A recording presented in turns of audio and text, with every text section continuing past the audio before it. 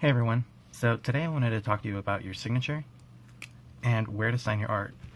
Oftentimes I hear different artists, they don't know where to sign their paint pours or art in general. So with paint pours, you never know. I'm using a circle because I thought it was the best example, but on a paint pour you never know exactly where to sign. And some people, they like the traditional on the front. Well, which side is up, which side is down, comes the question. And if you sign in the wrong spot and the buyer wants to hang it thinking that's the top, and now you have your signature awkwardly up there. Other times you see artists, they like to sign it along the side, and then comes the question is, well, will people see it if you place it on the side? And then you'll see often others, they like to sign it on the back, on the frame. So that's something we're going to talk about today. Let's get started by first designing a signature. And what I mean by designing, you'll have your basic, when you sign your name, like you're writing a check, you know, and it looks like squiggles and whatnot. But when it comes to art, you don't see that as often. Instead, you come in and you see more artists sign with their initials, for instance. Mine are NC. So coming in, you'll find different artists, they like to incorporate those two together somehow. They like to create a logo, something that defines who they are. Other times you'll see artists, they sign with a unique lettering. So every single time they do their first initial, they repeat that same pattern over and over and over again, and then they sign the rest of it. And some even get more elaborate where they take that first initial and they add a design to it. So it becomes their first initial and then their signature afterwards. So something to think about when signing for art is find a way to make it unique to you. Another thing I wanted to talk about are signatures in the sense of symbols. So going back to this one I did, where I came in, did the initials, added a little detail, and created a logo out of it. Sometimes you'll find artists who come up with a completely unique way of signing with a symbol to create something, some kind of fun, crazy, alien-looking symbol. And then every time you sign, you'll come in and you'll do this symbol somewhere on your artwork. What this does is it eliminates anybody looking for the obvious initials. So on a painting, if you were to do something unique and different on especially a paint pour, now this was a mess up, so don't worry, I'm gonna clean this off later, but I'm not in love with this painting, so today we're gonna ruin it. Just be warned. But say you want to sign this and you want to do it in a way where no matter where they hang it, your symbol's still on there and it's not overly recognizable. So you can come in and you can find an area to put this symbol of yours. So now it doesn't matter where you place your painting, how you hang it, you know your symbol is still there. You have signed it. Whether you come back and you continue to sign it along the back, your symbol is on the front. So you did do the artist's signature. You can do the same thing on the side. So you want to sign it, but you don't want it to be too recognizable.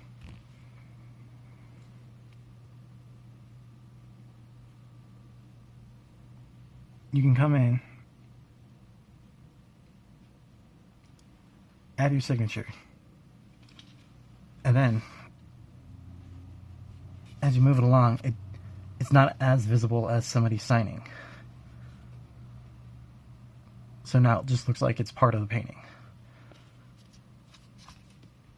I'm just using the Chinese symbol for luck. Really, really bad calligraphy for it, so I do apologize. But so those are some things to think about. So right now let's design one and then talk about different ways of actually applying it to your artwork. I think I'm really liking the way this turned out, but I want to do something more than just my initials.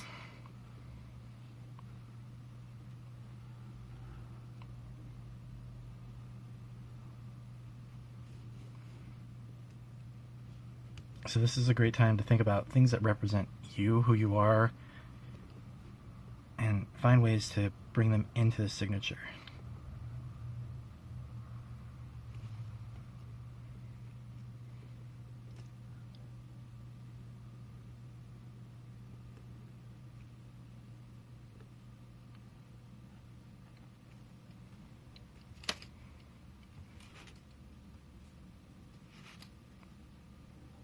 So what brought this up today is, well, one, listening to everybody always ask the question, where should I sign my art?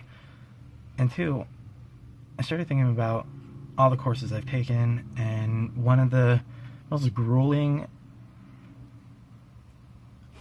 art classes I've ever taken, the instructor, I hated it at the time, but for about a good month and a half, every single thing that we drew, we had to sign it with a different symbol, a different signature, a different way, until we found something that we were comfortable with.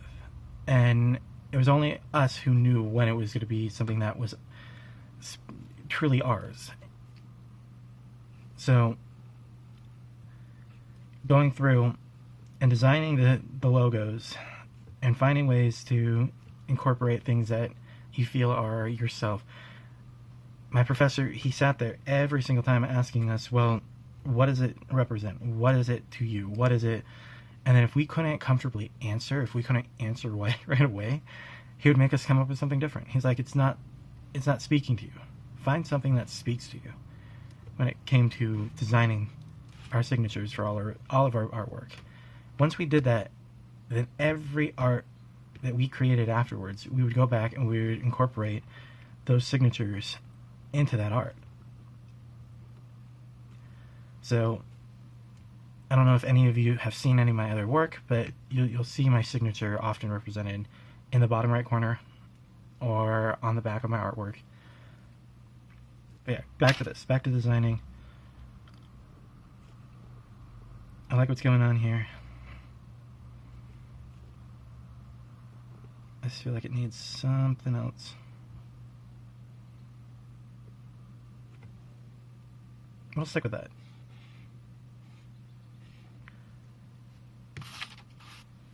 So, now that we have a general idea of where I want to go, you got to get used to signing it. You have to repeat this numerous times so you can get used to how it feels to write it or to draw it out.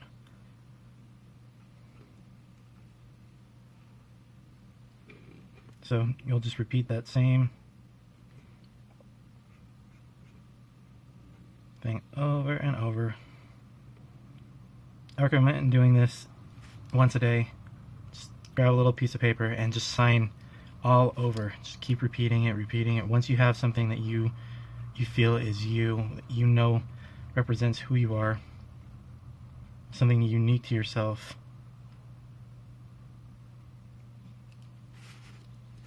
that way every time you go to sign your art, you now have a symbol that you can put on the front that will blend with your artwork, or on the side.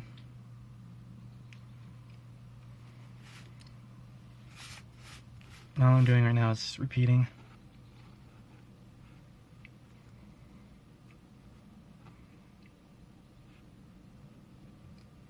And repeating. Try doing it in different sizes, because you never know, you might come across a painting you do that's really tiny, or the only place that you really want it is in a very small location.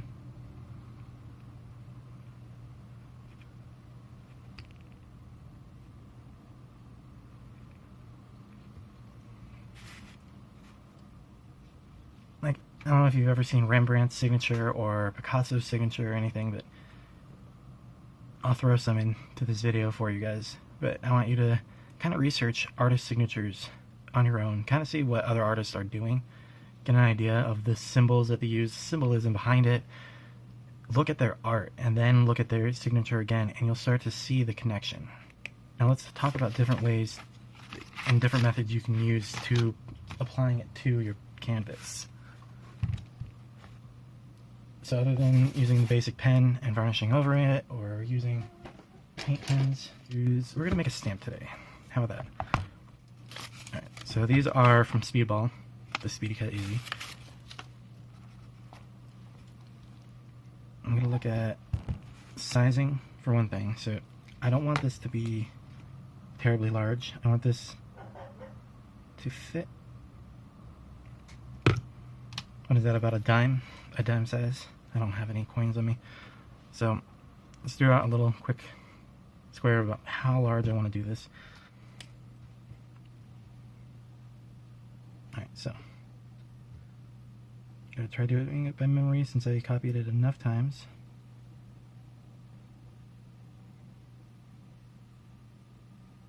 I'm going to sketch this one out because I want it to be a little bit more on the even side of things.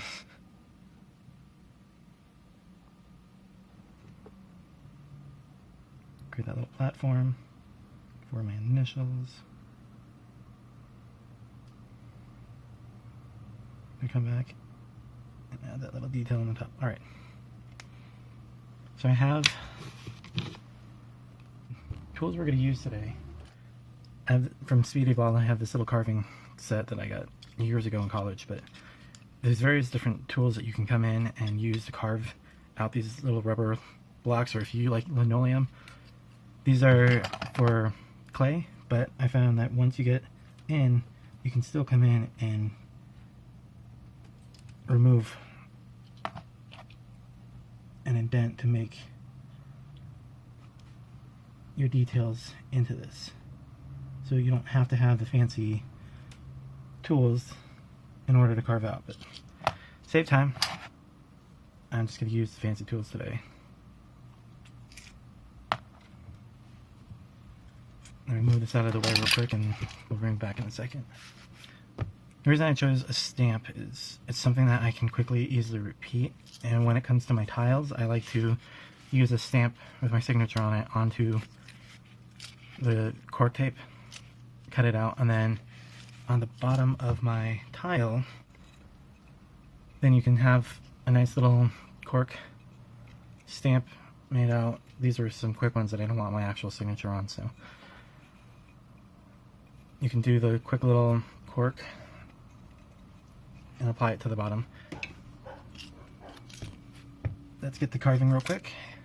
I'm gonna put this on time lapse and I'll be right back.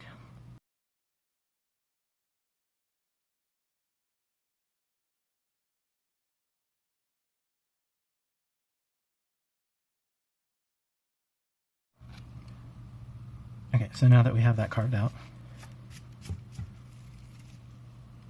it's nice and on there.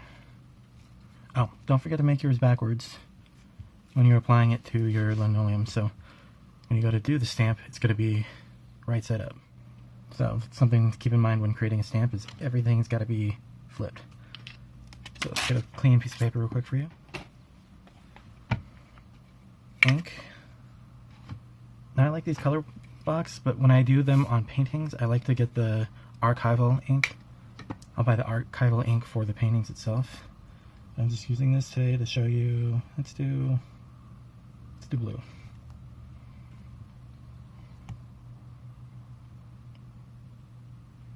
Should have picked another blue. It's hard to see what's on there. Alright, so put it on, lightly press,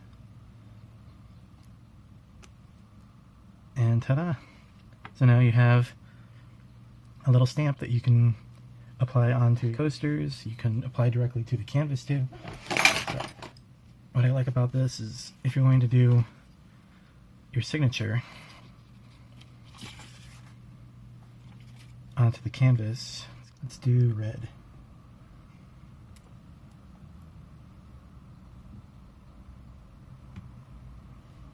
You can come now to the back of your canvas, apply a little pressure,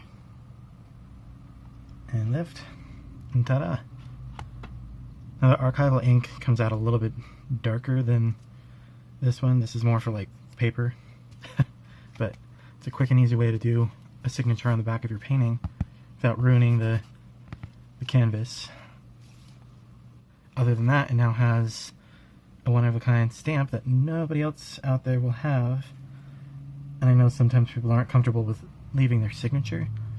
It's their personal way, and some people are afraid of copyright, everything like that. So having a stamp to quickly do the back of your paintings, it's something unique specifically to you, and go from there. Yeah, I don't generally show my signature on YouTube.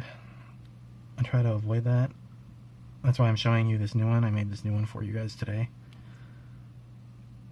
But because of that purpose, all my paintings, if you get them, you'll notice it's going to be a different signature on the back. That's all I have for today. Hopefully this helped. Hopefully you get something out of this. You guys enjoy. Go have fun. Go pick up some of these because they are very handy.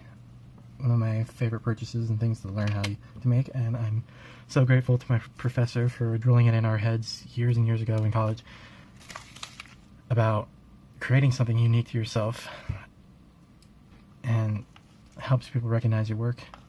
If you haven't subscribed, liked, or commented yet, the links are all down below. Hit that bell icon if you want updates, and you guys have a wonderful day, or evening, or morning, whatever time it is for you. Alright, bye. Also, if you haven't checked out the links below, I put a link to my GoFundMe account that I started to do a collab with Christina Welsh out in North Carolina. Unfortunately, I don't have the funds to make a trip like that happen, so we're branching out to all of you in hopes that you would love to see a collab between us and could donate 2, 5, 10, any pocket change, anything to make that happen.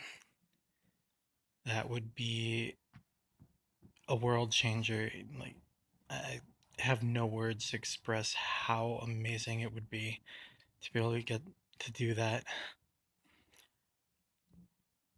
Right now I'm just doing a quick little doodle. I laid down a gold base. I'm going over it with some Ohuhu metallic brush pens. Now they have the brush tip, which I like because it allows you to do those really fine tips. I used one earlier in the video when quickly drawing out the designs for a signature. I want to thank all of you again for your support, for following, for being there so far. I reached over 200 followers last night, so thank you guys so much. I'm going to continue to try to make videos you guys enjoy.